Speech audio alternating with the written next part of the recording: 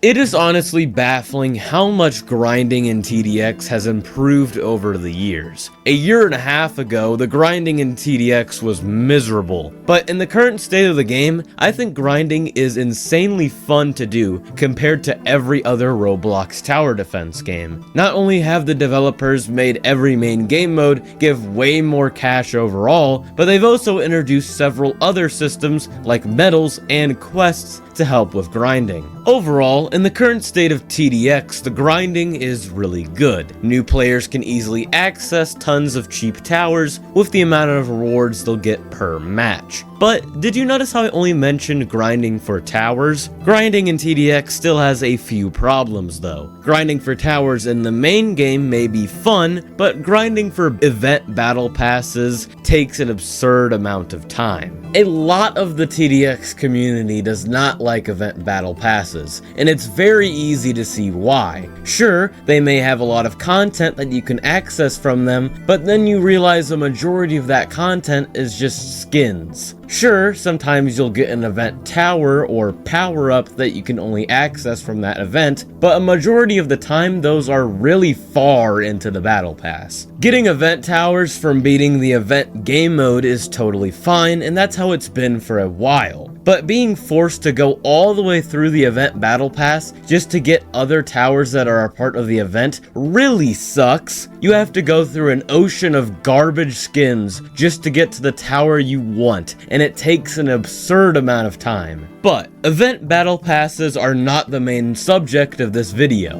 While they may be annoying, I don't have nearly as many issues with them as I do with skin crates and collab skins. Grinding for skin crates in TDX has to be one of the most insufferable things in this entire game, and collab skins being locked behind a Robux paywall is problematic for obvious reasons. Let's start off with the skin crates and why I think they're incredibly annoying. I need to make it very clear that I don't like RNG in a lot of games. RNG is good for inoffensive stuff like bullet spread, but when it comes to skins, I really don't want to be gambling just to get one specific skin that I want. Maybe I'm just spoiled by Forsaken because in that game you can just buy any skin that you want at any time without having to rely on RNG, but I really wish it was just like that in TDX. You can click on the tower that you want to buy a skin for, and you can simply just select that skin and buy it and forever own it. It should be that simple, but it's not. A lot of people like to use the argument they're just skins, so they don't really matter when defending stuff like skin crates. And my counter argument to that is yes, they are indeed just skins, which is why I don't usually care to buy skin crates just to get a random skin that I probably don't even want. I don't have many skins for my towers in TDX, mainly because I don't want to spend all of my money on a crate that won't give me a skin that I like. There's a lot of skins in TDX that I think are cool, but I simply just don't care enough about them to waste my time gambling my gold away on a skin crate. The skin exchange system really isn't that good either because it's also based on RNG, and there's a very low chance I will get the skin that I actually want from it. You also have to have 6 skins of the same rarity to get a skin of higher rarity in exchange,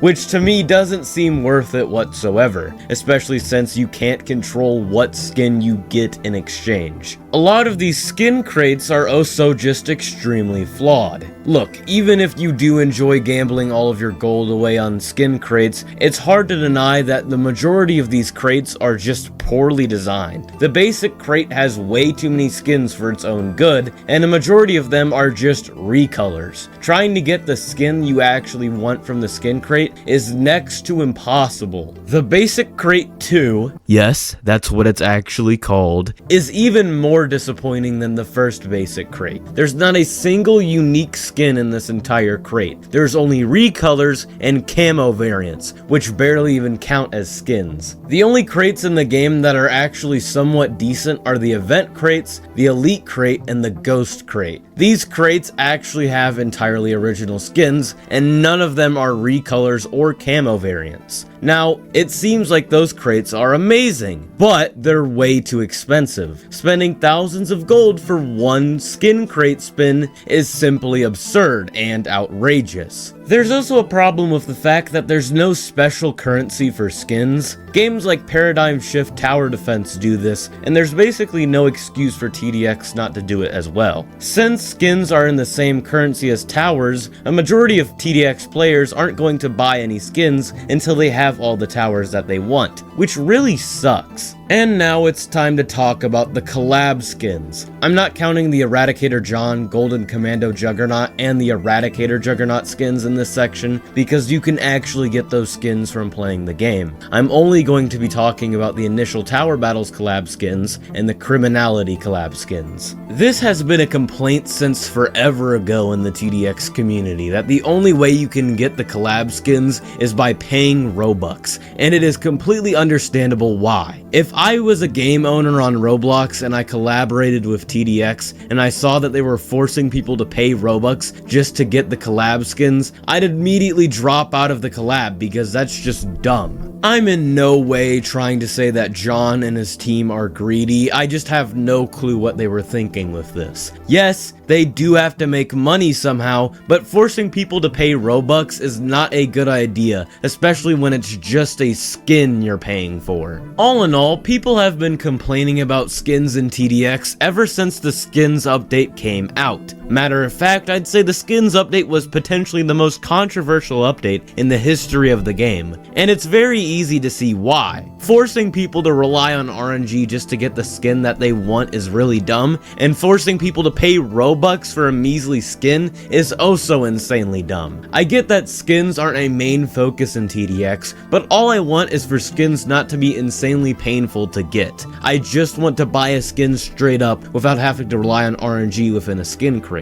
Anyways, let me know what you guys think about this in the comments, and goodbye.